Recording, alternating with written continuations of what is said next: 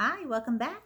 Last chapter of otherwise known as Sheila the Great, we found out that Jennifer, who was Sheila's nemesis, the dog, is having puppies, and Sheila does not want one of those puppies.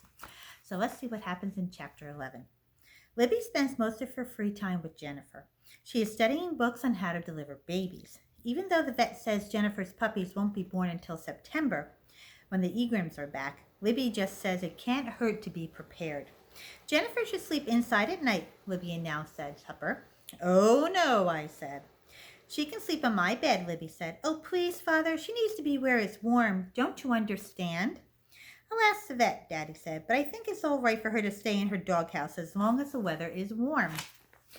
If it isn't all right for her to stay out there, I'm leaving, I said. A deal's a deal.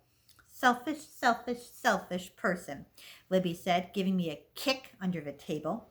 Lucky for me, the vet told Daddy it is fine for Jennifer to stay in her doghouse for the rest of the summer. When she isn't learning to be a dog doctor, Libby is practicing how to sing. She wants to play the part of Wendy in the camp production of Peter Pan. Libby's singing makes her dancing look great.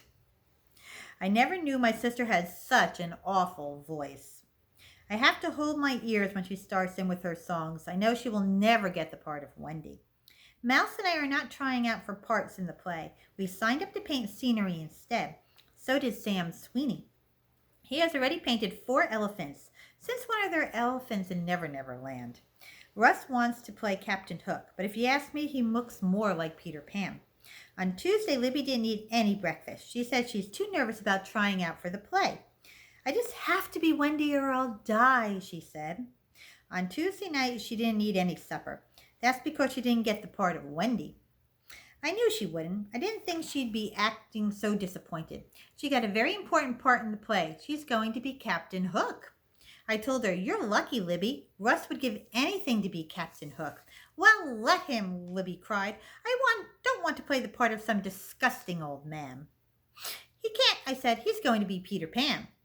That news made Libby cry even harder. Daddy told Libby to get into the spirit of the play and accept her part. After all, she could be painting scenery like me and Mouse. The next day, Libby spent hours and hours in the bathroom looking at herself. I know, because every time I had to use it, she was in there. So finally, I got tired of knocking and just walked in right on front of her. She didn't even yell at me. She just said, "I am so ugly it's unbelievable." "Oh, you're not that bad," I told her. "How would you know?" Libby asked. "You look just like me." "I do?" I said. "Of course," she said. "Just look in the mirror." I looked. "I don't know, Libby," I said. "I don't think I look like you." "Well, you do," Libby screamed. "And just wait until you're 13. You'll be as ugly as me, if not uglier." Oh, I could just cry. "You've been crying for 3 days already," I told her. "Oh, shut up," she said to me. I went down to the kitchen and told my mother what Libby said. "Libby is just feeling bad about not getting the part of Wendy in the play. She'll get over it," Mom said. "She thinks she didn't get it because she's ugly. She's making excuses. And she's feeling ugly. Looks are all a matter of how you feel, you know. If you feel beautiful, you're beautiful. It comes from the inside." "No kidding," I said. "I never knew that." Mom smiled. "Why don't you tell that to Libby?" I asked. "I tried," Mom said, "but she wouldn't listen. Here, have a carrot." "Thanks," I said, taking it. "I think I could live on raw carrots. They are the best tasting food in the whole world." That afternoon, I went to the pool with Mouse and Betsy. Mom said she would stay home with Libby and try to cheer her up. "You think I'm ugly?" I asked Mouse. Betsy answered, "Yes, but I love you just the same. And so does Och." "Oh, Betsy," Mouse said, "Sheila's not ugly, and you know it." "Okay," Betsy said, "you're not ugly." "Libby says I am," I told Mouse. "She says I look just like her, and she is one of the ugliest people on earth." "She's stupid," Mouse said. "I know that. But do you think she knows what she's talking about when she says I'll look just like her someday?"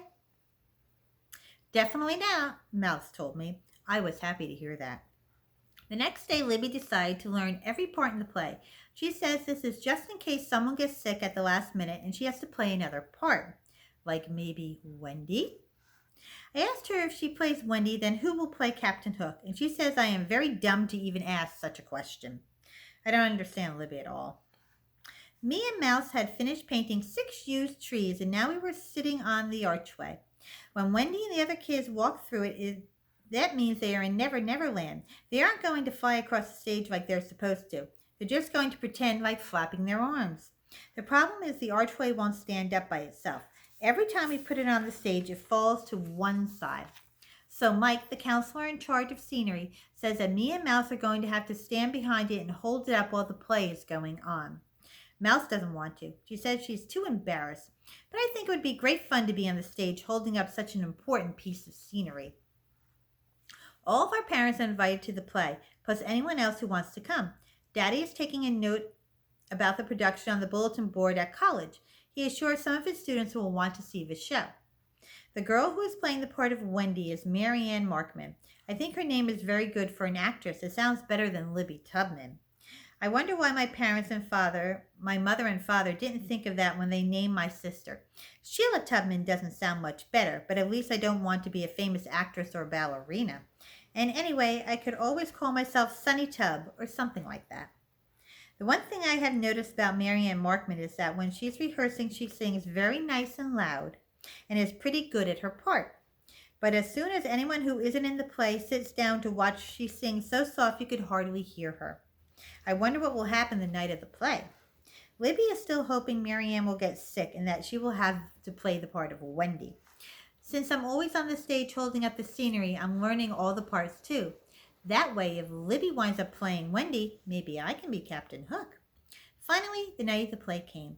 Daddy gave Libby a rose in honor of the occasion. "Oh, Father," Libby cried, "you are just too thoughtful.